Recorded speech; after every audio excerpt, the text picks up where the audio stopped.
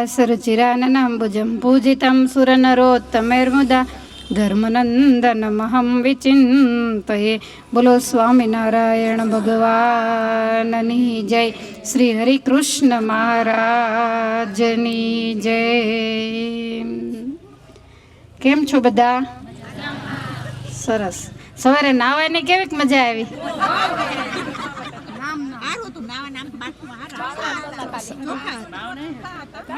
दरवाजा હતા કે નહોતા?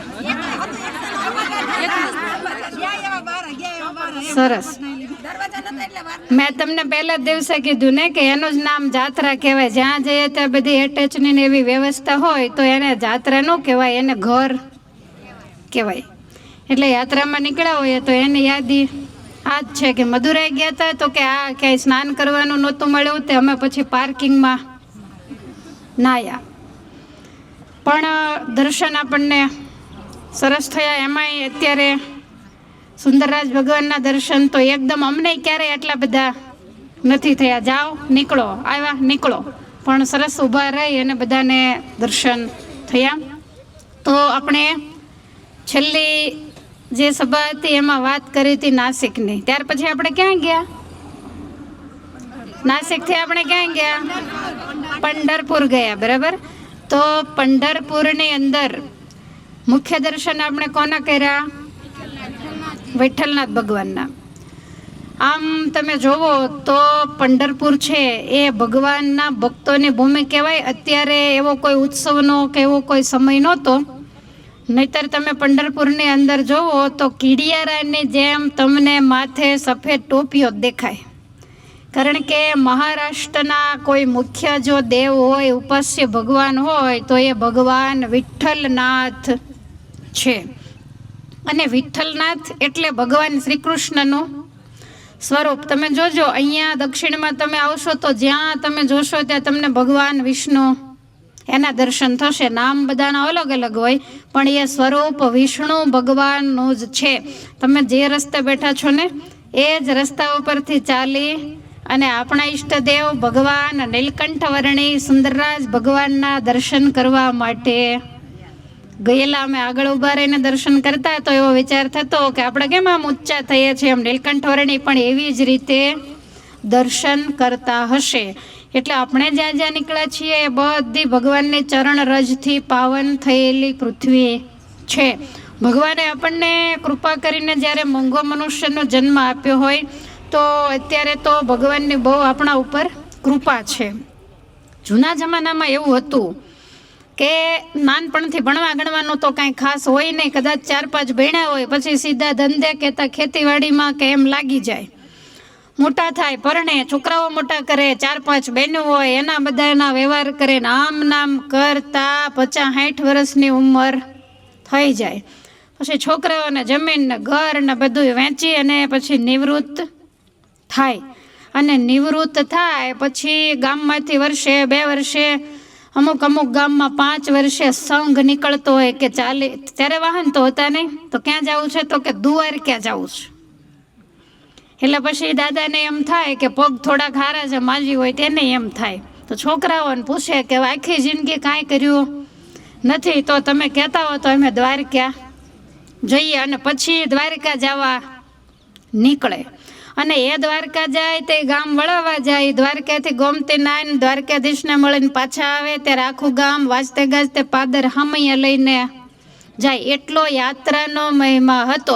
પછી આપણે ઘણી વખત ક્યાંક ન પહોંચાય તો આપણે નથી કહેતા કે અમારે તો અહીંયા 8 દ્વારકા છે। એના કરતાં એ થોડીક શરીર સારું હોય, વાંસળી ને પાંસળી બે સારા હોય અને વળી કંઈક એવું ધાર્મિક ગામ હોય તો સંઘ વળી કાશીએ પણ જતો હોય તો પછી એમાં જોડાય। પછી તો કેવું કે સ્પેર પાર્ટ ઢીલા થઈ ગયા હોય એટલે આમ ધીમું થોડું હાલતા, વળી પહેલાંના ખોરાક સારા હતા એટલે ઉંમર થાય તો વળી ગોઠણની ઉપાધિઓ નહોતી એટલે પછી ત્યાં જાય। તો આપણે યાત્રા કરવા માટે જ્યારે જઈએ ત્યારે આપણા 3 પ્રકારના પાપ બળે છે। એક તો આપણે તનથી શરીરથી પાપ થાય, મનથી પણ થાય અને ધનથી પણ થાય। કારણ કે ધન કમાવામાં પણ ઘણું બધું સાચું ખોટું, ખેતી કરતા હોય તો કેટલી બધી હિંસા તે બધું કરવું પડતું હોય તો આ 3 પ્રકારના પાપને બાળવા માટે યાત્રા છે.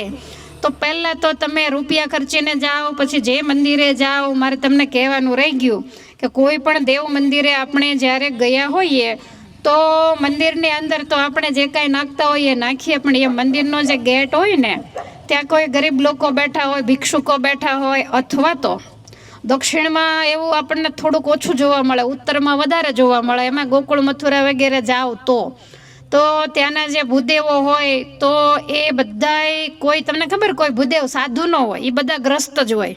તો તમે ગૃહસ્થ છો તો તમારે મહિને કેટલા રૂપિયાની જરૂર પડતી હોય ઘર ચલાવવામાં?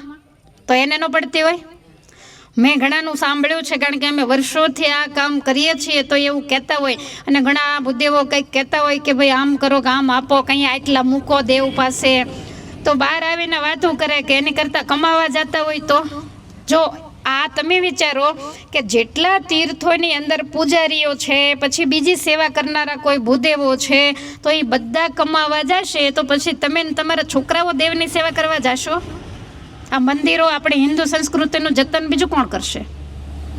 અને એની બ્રાહ્મણોને સત્સંગી જીવનમાં મહારાજે ધંધો કરવાની ના પાડી છે. એણે ખેતી ન કરવી, એણે વિદ્યા ભણવી, બીજાને ભણાવવી. તો અત્યારે એવું તો કાંઈ રહ્યું?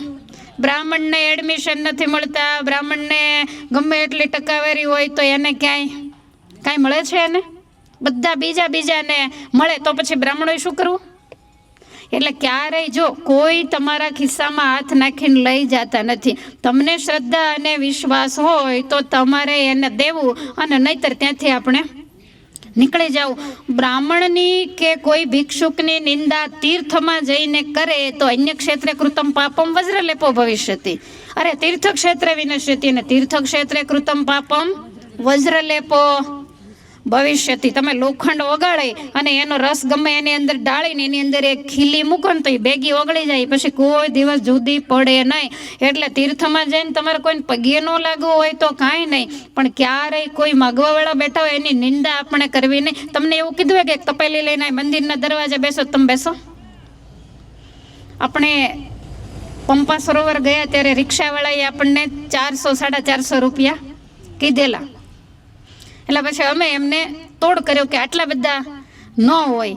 પછી આપણે 300નું એને કીધું, પછી 250 કેટલા આવ્યા? 250 આવ્યા. આપણે એને 200નું કીધું ને 250 આવ્યા.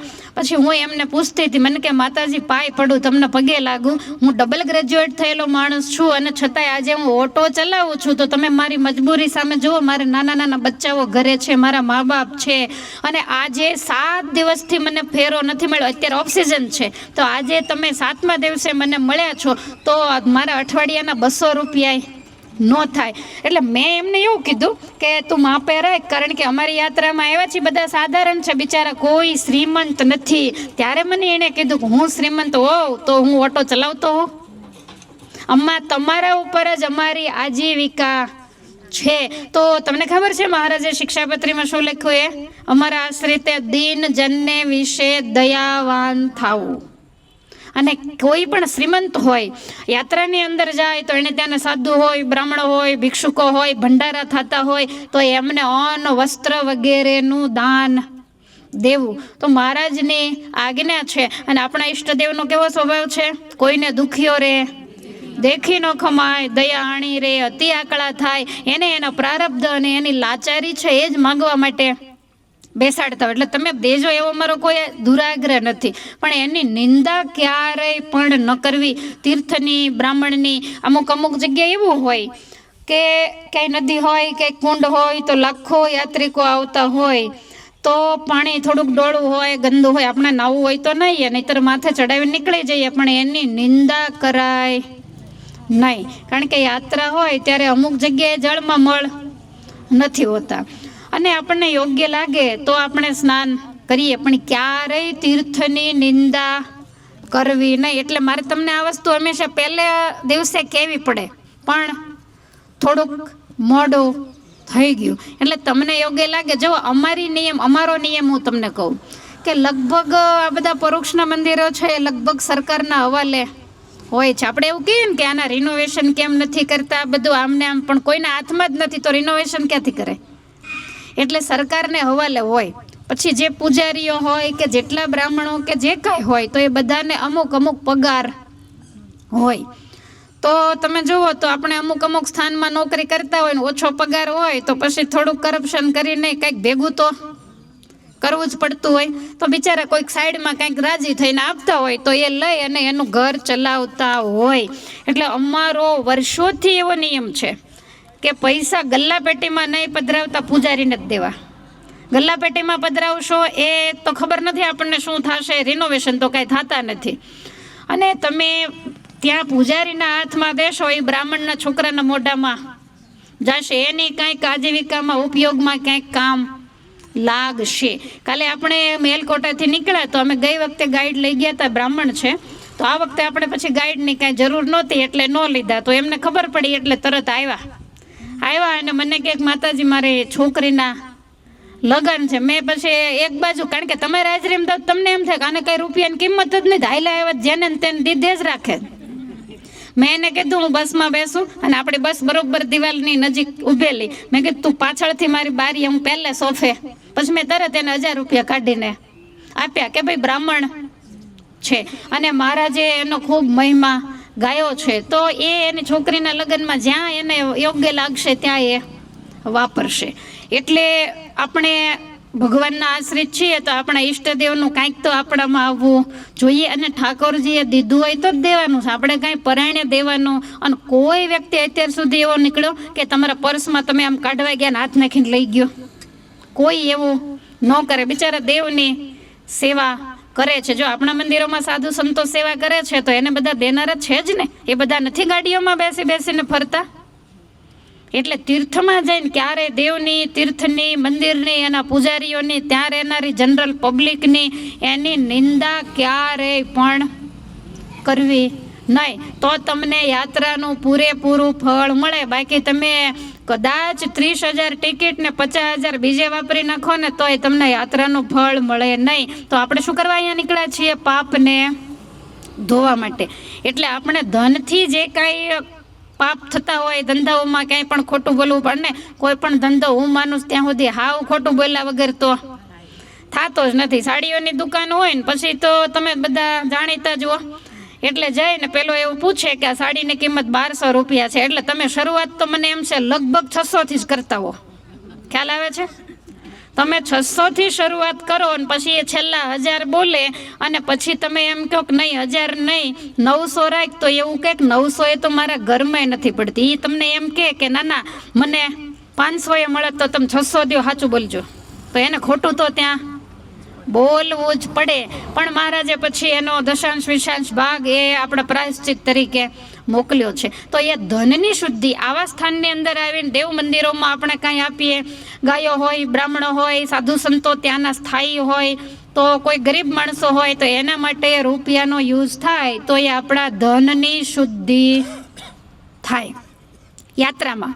પછી તનની શુદ્ધિ, તો તનની શુદ્ધિ જ્યાં પવિત્ર જળાશય હોય એની અંદર તમે સ્નાન કરો એટલે આપણા તનથી કહેતા શરીરથી થયેલા તમામ પાપ બળી જાય. અને મનની શુદ્ધિ એટલે કે યાત્રામાં જઈ અને ખોટું ન કરીએ, દગા ન કરીએ, દિલ દગડાઈ ન કરીએ, કોઈના થેલામાંથી કાંઈ એવું તો આપણે ન જ કરીએ, પણ ભજન કરીએ. બરોબર ધ્યાન રાખો.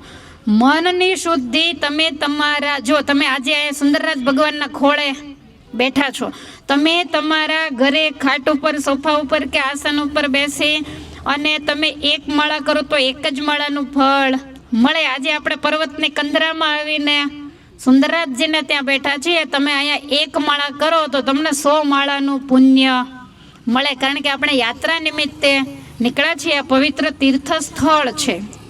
તો જેટલું ભજન વધારે થાય એટલા મનથી થયેલા પાપ છે એ ધોવાય. તમે માળા રાખો, જપજપિયા રાખો, કાંઈ વાંચતા હો, કીર્તન બોલતા હો કે જે કાંઈ કરતા હો, મોબાઈલમાં કાંઈ સાંભળતા હો ભગવાન સંબંધી, તો આ બધું ભજન કહેવાય.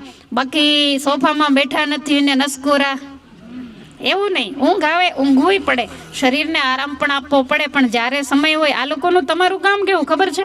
ઊંઘ આવે એટલે ઊંઘી જાય, જાગે એટલે છોકરા સાંભળે તરત લગાડ્યો જ હોય. જેના સોફામાં જવાની આમ જ બેઠા હોય, કોઈને આમ બેઠેલા ઓછા દેખાતા હોય. જો કે બહેનોનો જ બહુ વાંધો નહીં, બધું થોડુંક, પણ બધાને મારી ભલામણ છે કે હાથમાં જપજપિયું રાખીએ. જો હાથમાં હશે ને તો નામ લેવાશે. આપણે એવડા પણ કરીએ કે ભાઈ જરૂર નથી હાથમાં રાખવાની, તોય લેવાય, બિલકુલ લેવાય. આધાર તો અહીંયા આવ્યા છીએ, પછી હું નથી વિચારી શકતી કે સાંજના 6, 6:30 થયા હોય ને તમે શાંતિથી માળા લઈને ઘરે બેઠા હોય. વાતમાં માલ 100 કામ આપણે એમાં સંસારીને અનેક વિટમણાઓ હોય. તો અહીંયા આપણે ખાસ ભજન કરી અને આપણા મનની શુદ્ધિ કરવાની છે. એટલે યાત્રાથી 3 શુદ્ધિ થઈ. કઈ? તન, મન અને ધન. તો એની શુદ્ધિ માટે આપણે આવ્યા છીએ. અને બીજું કે અમે જોતા હોઈએ છીએ, તમે કહેતા હો કે અમારે થોડો વ્યવહાર નબળો છે, આ વરસ નબળો છે, પછી અમે આ પાડીએ, પણ તમે જ્યારે છોકરો પરણાવો ને ત્યારે અમને ખબર પડે કે તમે 1 નંબરના જુઠ્ઠા. વ્યાજે પૈસા લાવીને તમે વાહ કરાવો છો. વ્યાજે પૈસા લાવીને તમે 2-2.5 લાખના ફાર્મ રાખીને છોકરાઓ પરણાવો જ છો. તો અહીંયા તમારે કોઈને કદાચ મંદિરમાં મૂકવા ના થાય કે આ તે, તો પર્સ કાઢે, પછી કેટલી વાર આમામ કરે. એ 10ની નોટ ગોતતા હોય કે 10ની નોટ મળે તો આપણે નાખીએ. હા, સાધારણ વ્યવહાર છે તો તમે સિક્કો નાખશો ને રૂપિયાનો તોય દેવ રાજી જ છે. પણ તમને ભગવાને દીધું છે તો તમારી 7 પેઢી સુંદર રાજમાં નહીં આવી હોય, આગલી પેઢી કોઈ આવી હશે. તો આજે આપણે આવ્યા છીએ તો કદાચ ભગવાનની પાસે 20ની નોટ મૂકીએ, 2 10-10ની મૂકીએ, 50ની મૂકીએ, તો એમાં કોઈ લાંબો ફેર પડી ન જાય.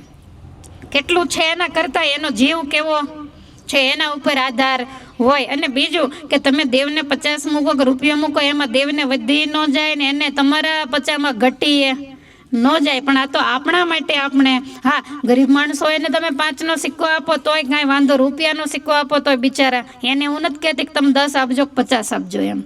પણ જ્યારે આપણે નીકળ્યા છીએ ને તો આ વસ્તુ કરવી બહુ જ જરૂરી છે. કરકસર કરવાની હોય ત્યાં કરવાની, ન કરવાની હોય ત્યાં નહીં. રિક્ષાવાળાને નહીં કસવાના, સોનીને કસજો ને. સોનીને કહેજો ઓછા રાખીએ એમ. છોકરો પરણાવો ત્યારે તમે સોનું ચાંદી લેવા જાશો ને ત્યારે એને કહેવાનું કે 1 તોલાના એટલા બધા ક્યાંય ભાડા છે, મને ચડાવ્યું ત્યારે આટલામાં આવ્યું, તું કહેજો ને. તો આપણે કોને કસીએ? તમે સાચું બોલજો. શાકવાળાને કસીએ, આપણે રિક્ષાવાળાને કસીએ, તો એ બિચારા રોજે રોજનું લઈને ખાનારા એ જ્યારે ઘરે જાય ને ત્યારે છોકરા વાટે હોય કે કાંઈક લાવશે, એને કાંઈક વધ્યું હોય તો એ ડઝન કેળા લઈને જાય. એટલે ગરીબ માણસને ક્યારેય પણ કસવા. ઘણા કહેતા હોય કે અત્યારે કોઈ ગરીબ નથી, પણ કોઈ ગરીબ નથી એ તો જેને વીતે એને ખબર હોય. આપણે ઘણા એવા ફેમિલીઓ જોયા છે કે એકેય વાતના એ ન રહે. એટલે જ્યાં આપવા જેવું હોય ત્યાં જરૂરથી આપો. અહીંયાની હું વાત નથી કરતી, તમારા આજુબાજુમાં રહેતા હોય ને છોકરાઓ ભણતા હોય ને નાજુક પરિસ્થિતિ હોય ને તો એને ફી ભરી દેવી. આજુબાજુમાં રહેતા હોય નાજુક પરિસ્થિતિ હોય ને બીમારી આવી હોય કે ભાઈ દવાખાને પહોંચાય એવું નથી, તો મંદિરમાં યાદ રાખો અમારે તાણ નથી, કોઈ પણ સાધુ સંતોને તાણ નથી. મારો ઘણા નથી ગમતું, પણ મારો કાયમના માટે એવો આગ્રહ હોય છે કે અમારે દવાની જરૂર પડે અને હું એમ કહું કે મારે આ ટેબ્લેટ જોઈએ છે, આમાં કોણ લઈ આવી દેશે, એક ઊભા થઈ જાય. એટલે જેની પાસે છે એને જરૂર નથી એને તમે આપો, એને તમે મદદ કરો, એને દીન જનને વિશે દયાવાન થયા કહેવાય. એટલે તમારે શાકભાજીવાળા રિક્ષાવાળા ઉપર તો મહેરબાની એને ખોટી 500 ગ્રામ માટે ધડ ન કરવી. રૂપિયો વધારે જાય તો જવા દેવો, ખ્યાલ આવ્યો. તો આ યાત્રાની અંદર આવ્યા છીએ ત્યારે પણ આ બધી બાબત ખાસ ધ્યાનમાં રાખવી. કોઈની નિંદા ટીકા ક્યારેય પણ કરવી. અંદરો અંદર બધા યાત્રિકોએ પણ દિવ્ય ભાવ રાખવો અને ભજન કરવું. અમારા કંચનભાઈએ તો સ્કીમ બહાર પાડી છે કે આ યાત્રાની અંદર વધારેમાં વધારે જે માળા કરે એને તુલસીની માળા ભેટ આપવાની, એને નંબર આપવાનો છે કે વધારેમાં વધારે માળા કોની, પણ ગપ્પા મારવાના, ખોટું બોલવાનું. હું એમ કહી દઉં કે મારે 5000 માળા થઈ ગઈ તો કંચનબાનો નથી ખબર, પણ એટલે જેટલી બને એટલી હું એવું માનું છું કે દિવસ દરમિયાન ઓછામાં ઓછી 300 માળા થવી જોઈએ.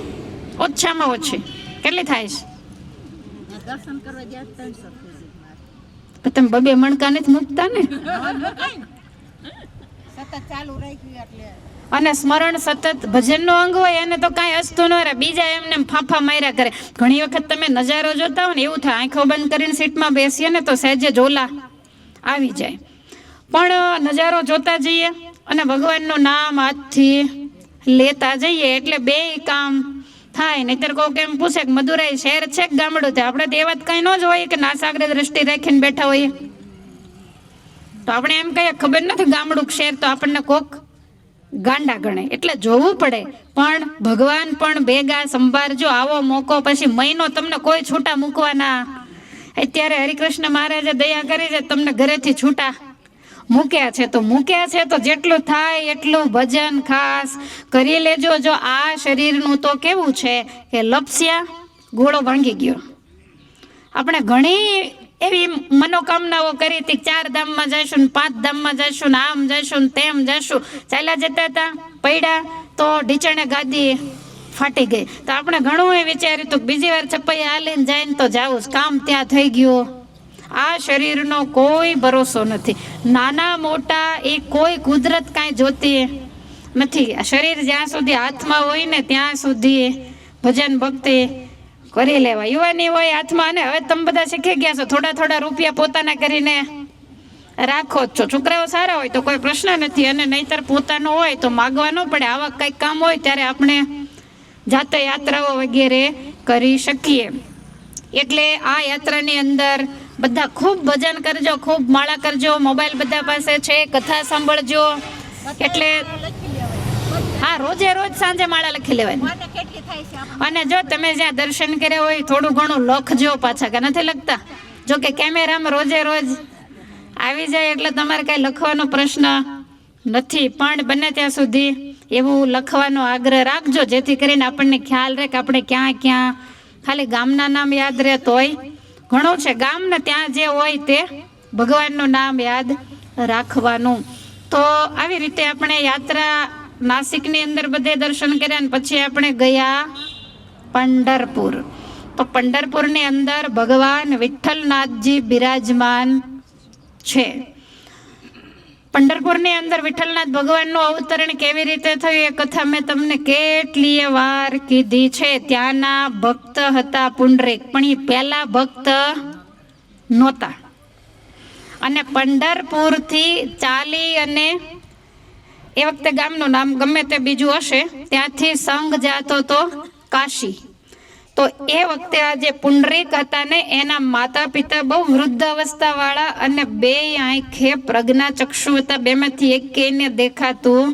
તમારે ખાસ સાંભળવા જેવું છે ગ્રસ્ત, કારણ કે અમારી સામે રસ્તા મોઢા રાખો છો, ઘરે તો બગાડીને જ ફરો છો. અમારે ડોસ્યુને જરાય નાના બહેનોએ હેરાન કરવાના નથી. એને તમને લાડે કોડે તમારા કંકુ પગલા પાડેલા છે, તો તમારે એને લાડે કોડે એને હાચવવાના છે, એના ગટપણ પાળવાના છે. અને નહીતર પછી પીપળ પાન ખરંતા હસ્તી કુપળિયા મુજ વીતી તુજ વીતશે ધીરી બાપુડિયા.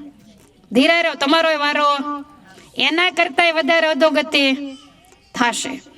એટલે આ પુંડરીક એના ગામમાંથી સંઘ નીકળતો, પણ પુંડરીકને તો મા બાપનું બહુ દાજે, પણ ઘરમાં કાંઈ ચાલે એવું નહોતું ને એને એના સાસુ સસરા બિલકુલ ગમે નહીં. હવે આ પોઝિશનમાં સંઘ નીકળ્યો, આને ખબર પડી કે પાણી ભરવા ગઈ હશે ચંદ્રભાગાએ, એમાં આવી અને તરત જ પુંડરીક વિપ્રને કહ્યું કે આપણે કાશીએ જવાનું છે. ત્યારે પુંડરીકે કીધું કે કાશી અને અયોધ્યા કે મથુરા જે ગણો ને એ મારે આ 2 ખાટલા છે ને એમાં મારે બધું આવી ગયું. એટલે આને પછી મગજ ગયો, અને બહુ માથાકૂટ થાય. એટલે પથારીમાં સૂતેલા મા બાપે એમ કીધું, ભાઈ તમારું સરખું ચાલતું હોય તો તું જા, અમારું કાંઈક થઈ પડશે. એટલે પુંડરીકે કીધું કે મારા મા બાપનું શું કરશું, કોઈ સગા સંબંધી નહીં હોય. ત્યારે આ જે એમના ઘરના હતા એમણે એવું કહ્યું કે આપણે 1 મહિનાનો કાશી જાવું અને આવું ચાલીને તો 1 મહિનો થાય, તો હું 1 મહિનાની રસોઈ બનાવીને જાઉં. તેથી ફ્રીજ હતા, કાંઈ કોલ્ડ સ્ટોરેજ હતા. અને મારા બાજુવાળા જે પાડોશી બેન છે ને એને કહેતી જાઓ અહીંયા તમને માટલી મૂકી દો. 2 દેખતા નથી, 2ના ખાટલાની વચ્ચે માટલી મૂકું, એ રોજ સવારે આવીને માટલી પાણીની ભરી જશે. બાજુમાં ડબ્બા મૂકું એટલે એમાંથી એ લોકો જમી લેશે. એટલે ના છૂટકે પુંડરીકને તો ઘણું દુઃખ થયું, આંસુડા આવ્યા, પણ હવે ચાલે એવું નહોતું એટલે જવાની તૈયારી કરી. અને આ બાઈને તો આમ પણ ઘરડા ઉપર દાજ હતી કે હું આવું ત્યાં બે ઉકલી જાય તો કામ પતે, આની યાત્રાને ફળ મળે. એટલે એણે બાજરીના રોટલા બનાવીને ગરમા ગરમ પેલી પતરાની ડબ્બા પેટી આવે ને એમાં ઉપરા ઉપર ભરી અને પેટી કરી બંધ. અને એવું કીધું કે આમાંથી તમારે રોજ રોટલા લઈ લેવાના અને પાણી આ પાડોશી ભરી જશે. અને આ રીતે સંઘ ત્યાંથી નીકળ્યો. અને 15 દિવસ થયા ત્યાં રોટલામાં આટલી જીવાત પડી, કારણ કે ગરમા ગરમ દબાવેલા રોટલા. ઓલા તો બિચારા કાંઈ દેખતા નથી, પછી આમ કંઈક ચડતું દેખાય ને તો ખંખેરીને ખાય. મા બાપની આંખમાંથી આંસુડા તો પડતા જ હોય, પણ મા બાપનું હૃદય એવું છે કે દીકરાને કોઈ દિવસ શાપ ન દે, એનું બુરું ક્યારેય ન ઈચ્છે, પણ ઉપરવાળો બિલકુલ ન સહન કરે. એટલે ભગવાનનો મગજ ગયો. હવે ગામની અંદર બધાય તો પહોંચતા ન હોય, એટલે ગામની અંદર કોઈ શાહુકાર વણિક હતા ને એણે આ સંઘ કાઢેલો, બધાને ફ્રીમાં લઈ જતા હશે. સુખડા બાતું એ બધું એના તરફથી હોય. હવે 15 દિવસ થયા ને વચ્ચે ક્યાંક સંઘ કાશી પહોંચવા આવેલા, બહુ બિલકુલ નજીક. તો રાત્રે બધાય સૂતા અને રાત્રે ભગવાને પુંડરીકના દર્શન થઈને ઉપાડીને એક સોટી નાખી. એટલે પુંડરીક એકદમ બેઠો થઈ ગયો. ત્યાં તો બાજુમાં ગંગા મૈયા. એટલે ભગવાન તો કાંઈ ન બોલ્યા, પણ ગંગા મૈયા તો લાલચોળ થઈ ગયા. અને ગંગાજી કે છે કે તું કાશી શા માટે જા છો? આ કે છે તમે દેવી કોણ છો? તો કે હું તું જેમાં સ્નાન કરીને પાપ બાળવા જા છો ને એવું મૂર્તિમાન ગંગાજી છું. અને તારા મા બાપને તું મૂકીને આવ્યો છે, તને ખબર છે 68 તીર્થ એના ચરણમાં છે, એને તમે મૂકીને આવ્યા છો. નરકમાં પણ તમારી જગ્યા નહીં થાય ને મારામાં તો હું તને પગ જ બોળવા નહીં દઉં. પેલી બાઈ પણ બાજુમાં બેઠી સાંભળે. અને એટલા બધા ગંગાજી આને ખીજાણા કે આમ કરવાથી પાપ વધે, પાપ ઘટે નહીં. માટે તને ખબર છે તારા મા બાપ માટે જે તારા ઘરના એ રોટલા ઘડ્યા છે એમાં મોટી મોટી ઈયળો પડી છે. એ બિચારા બાળતા નથી, એ રોતા રોતા એવું દુર્ગંધી વસ્તુઓ, ભૂખ પેટનો ખાડો તો પૂરવો જ પડે એવું એ ખાય છે. માટે જ હું તારા ઉપર કોપાયમાન થઈ છું. એટલે આ તરત માંડ્યો પગે લાગવા. પેલી બાઈને પણ અંતરપટ ખુલી ગયા, એટલે એ પણ એકદમ પગે લાગવા માંડી. ગમને તમે શાપ નહીં દેશો, અમારી ભૂલ હોય એ તમે ઓળખાય, હવે અમારે શું કરવું? તો કે અત્યારે ને અત્યારે અહીંથી નીકળો. ઇતિહાસ તો એવો પણ છે કે પેલા વણિકને દર્શન દીધેલા કે તારા સંઘમાંથી આ 2 જણ જે છે ને બ્રાહ્મણ એને કાઢી મૂક, એવો પણ ઇતિહાસ છે કે એના મા બાપને કકળાવીને તારા સંઘમાં આવ્યા. અડધું પાપ હું તારા ખાતે લખીશ. તમે વિચાર કરો, પાપીને ભેગા લઈ જાય એને પણ પાપ લાગે. એટલે આ બંને તો રાતે ને રાતે બિસ્તરા પોટલા બાંધ્યા, ગંગાજીની ભગવાનની માફી માંગી અને બંને પાછા આવ્યા. ત્યાં પોઝિશન તો જે હતી એ જ હતી. અને 2 મા બાપના પગમાં પડીને બહુ રોયા. બંને માતા પિતાની પથારીઓ વગેરે સાફ કરી, બંનેને સ્નાન કરાવ્યું અને 2 નક્કી કર્યું કે આપણા માટે ભગવાન ગણો તોય આ, ગંગાજી ગણો તોય આ. આના 2ના પગના અંગૂઠા ધોઈ અને માથે પાણી ચડાવીએ. રોજ ગંગામાં નાયાનું પુણ્ય મળે.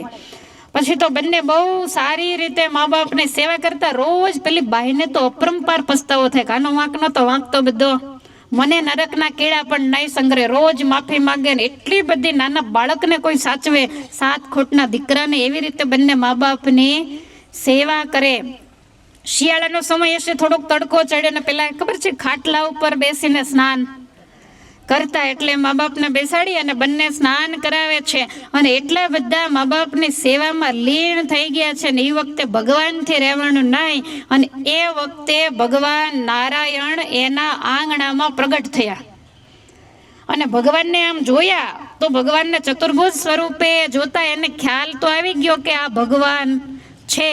પણ પુંડરીકે આમ આજુબાજુમાં નજર કરી એના માતા પિતાને સ્નાન કરાવતો હશે તો બાજુમાં એક ઈંટ પડેલી, એ ઈંટ લઈ અને આમ ફેંકી અને ભગવાનને કીધું કે તમે બીજો નંબર, તમારો પહેલો નંબર મારા મા બાપનો, એને હું હમણાં વસ્ત્ર પહેરાવીને ઓડાડીને પથારીમાં બેસાડું ને પછી તમારું પૂજન કરું ને તમને આવકાર આપું. ત્યાં સુધી ઉભા રહ્યો.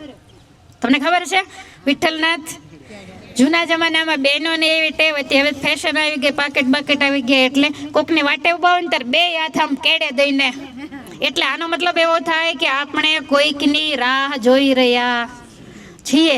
તો વિઠ્ઠલનાથ ભગવાન દ્વિભુજ થઈ અને બે હાથ આમ કમરે રાખી અને ત્યાં ફળિયામાં ઊભા, બંને માતા પિતાને પથારીમાં સુવડાવ્યા, વસ્ત્રો પહેરાવ્યા, ઓડાડ્યું, ભોજન કરાવ્યું, પછી જઈ અને ભગવાન વિઠ્ઠલનાથને દંડવટ કર્યા, એને પગે લાગ્યા અને વિઠોબા એટલા બધા પ્રસન્ન થયા કે મને એવી ઈચ્છા છે કે તારી માતૃ પિતૃ ભક્તિથી વશ થયેલો હું આ જ સ્થાનની અંદર કાયમને માટે કમરે હાથ દઈને, અને તમે યાદ રાખો કે એ સ્થાનની અંદર એટલે આજે જ્યાં ઊભા છે ને એની જ જગ્યા, એ પુંડરીક ભક્તનું ઘર. હવે હું અહીંથી પગલું બદલવાનો નથી. અને પછી ત્યાંના રાજાને આ તે બધાને વાત કરીને ત્યાં નાનું એવું મંદિર થયેલું હશે, અને પછી ધીમે ધીમે કરતા મોટું મંદિર થયું, અને પુંડરીકના નામ ઉપરથી ભગવાનનું નામ પડ્યું પંઢરીનાથ, અને ગામનું નામ પણ પડ્યું પંઢરપુર. તો આવા માતૃ પિતૃ ભક્ત દરેક સંસારીની પવિત્ર ફરજ છે, અમારી ત્યાગીની પવિત્ર ફરજ છે કે અમારા ગુરુઓની સેવા અમારે કરવી. તો સંસારીની પવિત્ર ફરજ છે કે તમારા માતા પિતાની સેવા કરવી, પણ પિયર જઈને નહીં, જ્યાં તમે છો ત્યાં જ. અને માતા પિતાના આશીર્વાદ તમને મળ્યા એટલે તમારે કોઈના આશીર્વાદ લેવાની આ દુનિયામાં જરૂર નહીં પડે, એની ગેરંટી હું આપું છું. આજે આ સુંદરરાજની તળેટીમાં આપણે બેઠા છીએ, માટે થાય એટલી એમની સેવા. હા, જમવા તો તમારે અરે રહેતા હોય દેતા જવો, પણ સારા મોઢે એને ખાવાની જરૂર નથી, એને હૃદયના ભાવની જરૂર છે. એટલે ખાસ બધાને મારે આજે મારી ભલામણ છે કે મા બાપની સેવા કરજો. તમે કરશો તો પાછળવાળા જરૂરથી કરશે. અને બધાને એવી ઈચ્છા હોય, છોકરો સાંજે ઘેરથી આવે તો કેટલા રૂપિયા લાવે એ મા બાપને ઈચ્છા ન હોય, પણ એની પથારી પાસે જઈને પૂછે જઈને કે બા કેમ છે, તો એને કાંઈ રૂપિયાની જરૂર, એને દવાખાનાની પણ જરૂર નથી. પણ તમે મોઢું બગાડીને આમ કૂતરાને નાખો એમ થાળી મૂક્યા હોત, બધાએ જોયું, ગરડા ઘર અત્યારે બધે છે, અને બધે બાબા રસોડા છે, ત્યાં બધાને સારી રીતે જ ખવડાવે છે. પણ ઘર અને બીજું એમાં ઘણો બધો ફેર હોય. એટલે સારી રીતે મા બાપને રાખજો તો તમારી યાત્રા સફળ થશે. તો આ ભગવાન વિઠ્ઠલનાથજી છે એ વર્ષોથી ત્યાં બિરાજે છે, ને એટલા બધા ત્યાં મહારાષ્ટ્રની અંદર ભક્તો થયા છે. જ્ઞાનેશ્વર હોય, નામદેવ હોય, સોપાનદેવ, પછી મુક્તાબાઈ, સાંગદેવ, ગોરા કુંભાર. તમે વિચાર કરો કે અત્યારે તો લોકો ગાંડ પણ માને કે ભાઈ માટી ખૂંદતા હોય અને પગમાં છોકરો આવે તોય ખબર ન રહે. તો તમે જે માનો એ, પણ આ બહેનો એ પાકી વાત છે. તમે વિચારો કે કેવા ભગવાનમાં તલ્લીન થયેલા હશે કે એને ખબર રહે નહીં. હવે હતા એક સામાન્ય માટીના વાસણો બનાવનારા, પણ ભગવાન એની ભક્તિને કેવા વશ હશે. આપણે નામદેવ, જનાબાઈ, સખુબાઈનું રૂપ લઈને ઠાકોરજી ગયા, એના સાસુ વગેરે થોડા માર વગેરે મારા એના ઘરના વગેરે, તો એ માર કોને ખાધો? ઠાકોરજીએ એના બદલે ખાધો. જનાબાઈની પણ ગજબની ભક્તિ છે. અને લગભગ ગયા વર્ષે જ આપણે ભક્ત ચરિત્રની કથા કરેલી છે, જ્ઞાનેશ્વરીએ કેવા ભક્ત થયા, તો એ બધી જ કથા આપણે નામદેવ ચરિત્ર બધું આપણે કરેલું છે. તો એને ક્યારેક શાંતિથી બેસીને તમે સાંભળજો. પંઢરપુરનો ઇતિહાસ તો બહુ મોટો છે. આપણે કયા કયા સ્થાને દર્શને ગયા તમને ખબર છે? આ બીજા બધા તો નામદેવને ત્યાં ગયા, તો એ તો આપણે જાણીએ છીએ કે જનાબાઈને નામદેવ ત્યાં રહેતા. ભગવાન એની સાથે ચક્કી પીસતા, કારણ કે નામદેવના માતા જે ગોણાબાઈ હતા ને, આને જનાબાઈને થોડા નોકરાણી સમજી અને આમ ભજનમાં જાજા રહે, એટલે મને લાગે થોડા કામમાં ટાઢા હશે કદાચ, એટલે બહુ ખીજા એને હેરાન કરતા. તો વિઠ્ઠલનાથ બધું જ કામ એને પોતે બેઠા બેઠા રસોઈ બનાવતો, ને કંઈક વસ્તુ ભૂલી જાય ને વિચાર થાય કે ઓલી વસ્તુ તો આમ, તો વિઠ્ઠલનાથ દોડીને આવીને તરત 24 કલાક એની ભેગા રહેતા. એટલે આવી બધા ભક્તિવાળા ભક્તો હતા. તમને ખબર, આપણે અમૃતેશ્વર મહાદેવ ગયા હતા વરણી વેશે. ભગવાન શ્રી હરિ પંઢરપુરમાં 2 મહિના રોકાણા છે. ચંદ્રભાગામાં સ્નાન કર્યું છે. મહારાજ સ્નાન કરીને નદી કાંઠે બેઠેલા, ને એમાં અમૃતેશ્વર મહાદેવના મંદિરે જે વર્ષોથી પૂજા કરનારા પૂજારી હતા ને, એને અચાનક બહારગામ જવાનું થયું. તો એનો 20 વર્ષના હજુ લગ્ન જ થયેલા એવો એનો દીકરો, તો એને એવું કીધું કે તમે જઈ તમારે તૈયાર થાય એટલે મને કહેજો. હા, તો પછી આ કથા હું પછી કહીશ, પણ આપણે પાછું ટાઈમે પહોંચવાનું છે. એવું હું તમને નહીં કહી શકું કે અધૂરી કથા હું રામેશ્વર કહીશ, કારણ કે રામેશ્વરમાં તો એક બાજુ દરિયો છે ને એક બાજુ દરિયા જેવું રામચરિત્ર છે. મારે છોડવાની, કટ કરવાની, વધારાનું નાખવાની ટેવ નથી, પણ તોય 7 દિવસમાં કાંઈ પૂરું થાય એમ. એટલે એમાં તો અંદર ડૂબ્યા એટલે 3 કલાકે જ બારું નીકળવાનું છે. પણ જ્યારે અનુકૂળતા હશે, આપણે એવું લાગશે તો કદાચ સાંજનું થોડું ઓલું કરીને આ યાત્રાની વાત હું તમને સાંજે થોડી રોજ અડધો કલાક કરી દઈશ, કારણ કે આપણે રાતનું સેશન નથી. અડધો કલાક હું તમને આ વસ્તુ સમજાવીશ અને પછી તમને રાસ ને એવું બધું કરાવશે, બરાબર? કારણ કે આપણું વાવાઝોડું આજે ટ્રેનમાં બેસી ગયું. એ મહેંદી મૂકતા બધાય આવે છે, કારણ કે આવો પ્રસંગ જિંદગીમાં વારે આવતો નથી. તમારા માટે મંગાવી લીધી છે સુરતથી, એ નીકળી ગઈ છે. એ આપણે રામેશ્વર જઈને નાના હોય કે મોટા, આપણે તો મેં તો શણગાર સજ્યા તમ કારણે વાલમ આવો જાઓ વારણે. આપણે તો મહારાજને રાજી કરવા માટે આ બધું કરવાનું છે. તો અમૃતેશ્વર મહાદેવની કથા હું તમને પછીથી કહીશ. અત્યારે આપણે રસોઈ તૈયાર થઈ ગઈ છે. જમી અને તમે બેસો એટલે તમને સીધા કન્યાકુમારી ઉતારવાના છે, સીધા દરિયામાં જ ગાડી. બરાબર? બોલો સ્વામિનારાયણ ભગવાન.